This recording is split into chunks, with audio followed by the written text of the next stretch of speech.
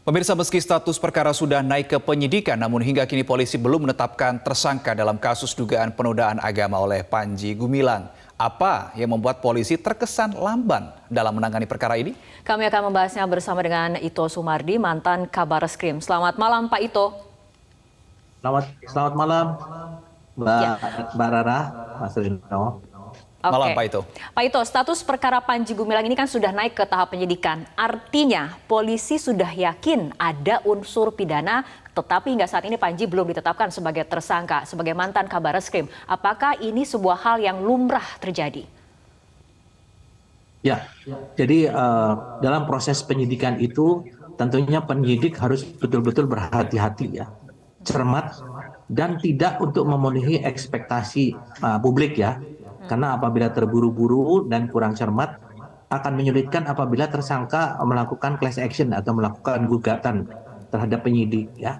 Jadi di sini saya tadi sudah mengikuti dan mendapatkan juga informasi bahwa telah diperiksa 19 orang saksi itu dari 2 laporan polisi ya, menyangkut penistaan agama, kemudian ujaran kebencian, kemudian menyebarkan berita bohong, dan kalau tidak salah kemarin juga dari gelar perkara tambahan ada pasal membuat keonaran ya, yaitu pasal 14 Undang-Undang Nomor 1 Tahun 46. Nah, kalau dilihat daripada apa yang sudah dilakukan oleh teman-teman Bareskrim, maka ini adalah merupakan satu hal yang sangat wajar. Karena apa? Kalau sudah ditemukan unsur-unsur yang memenuhi pasal yang dikatakan, barulah dilakukan pemeriksaan terhadap orang yang diduga melakukan perbuatan tersebut. Nah, orang ini bisa dilakukan terhadap seseorang ataupun beberapa orang ya, tergantung daripada peran masing-masing. Dan di sini nanti statusnya adalah sebagai tersangka, tapi dapat juga sebagai tersangka yang turut serta ataupun yang membantu ya.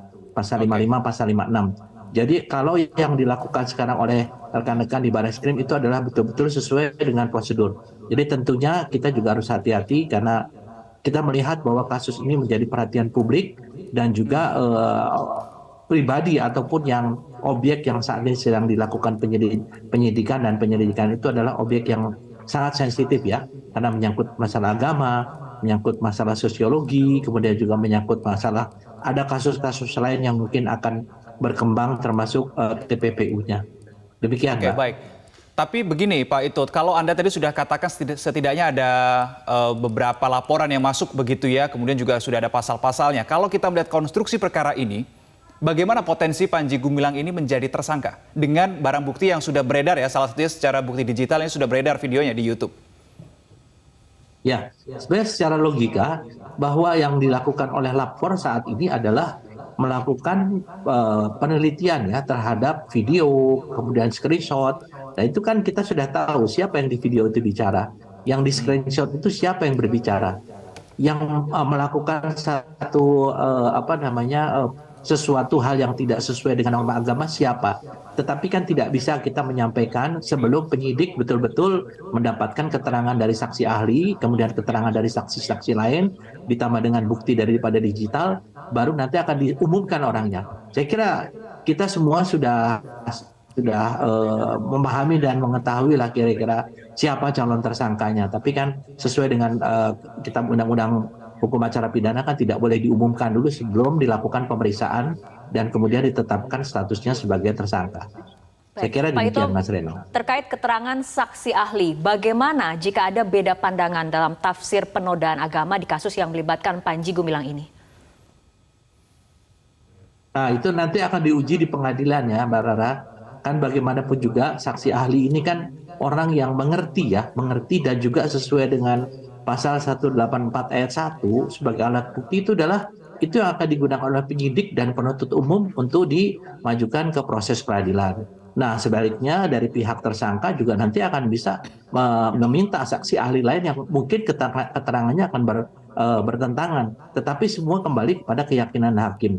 Jadi di sini adalah nanti unsur keyakinan hakim berdasarkan keterangan saksi ahli yang digunakan oleh penyidik dan penuntut umum, dan juga saksi ahli yang akan dihadirkan oleh tersangka, karena itu adalah hak tersangka di proses peradilan. Nanti akan diuji di proses peradilan. Demikian. Oke. Pak Ito, Anda ada komentar tidak soal pasal-pasal yang mungkin ditujukan begitu ya, dituduhkan ke Panji Gumilang, pasal 156A KUHP tentang penodaan agama, lalu kita tahu juga ada pasal 45A ayat 2, Junto 28 ayat 2 Undang-Undang ITE. Apakah pasal-pasal ini sudah sesuai, sudah tepat sasaran untuk Panji Gumilang?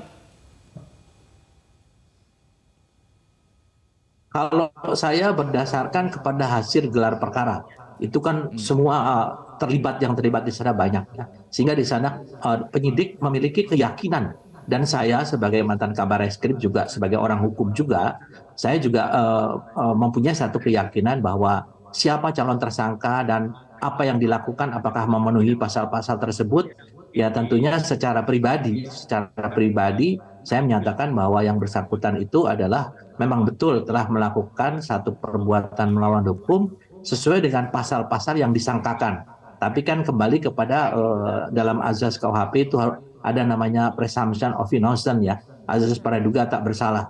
Memang kita yakin yang bersangkutan itu melakukan kesalahan, tapi nanti di proses peradilan lah yang akan memutuskan apakah yang bersangkutan itu bersalah atau tidak, sehingga akan dikenakan sanksi sesuai pasal yang disangkakan.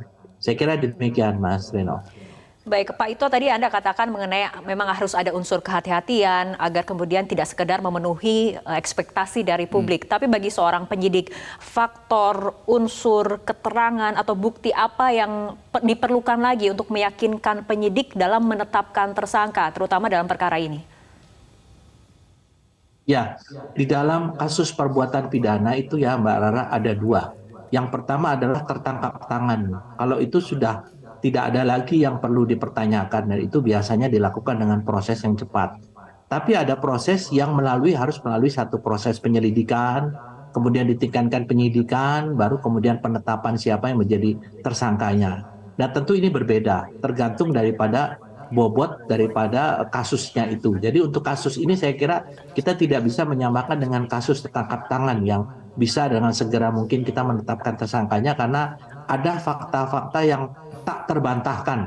Nah kalau di sini kan masih bisa yang bersangkutan melakukan argumentasi atau fakta-fakta itu bisa dibantah. Itu yang bedanya ya antara perbuatan melawan hukum yang sifatnya adalah tertangkap tangan dan juga yang bukan tertangkap tangan. Jadi untuk kasus ini kan bukan tertangkap tangan.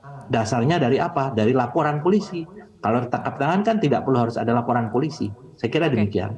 Baik, kita tunggu langkah polisi berikutnya. Kapan akan kemudian menetapkan tersangka dalam kasus yang melibatkan Panji Gumilang ini. Terima kasih Pak Ito telah berbincang bersama kami malam hari ini dalam Prime Time News.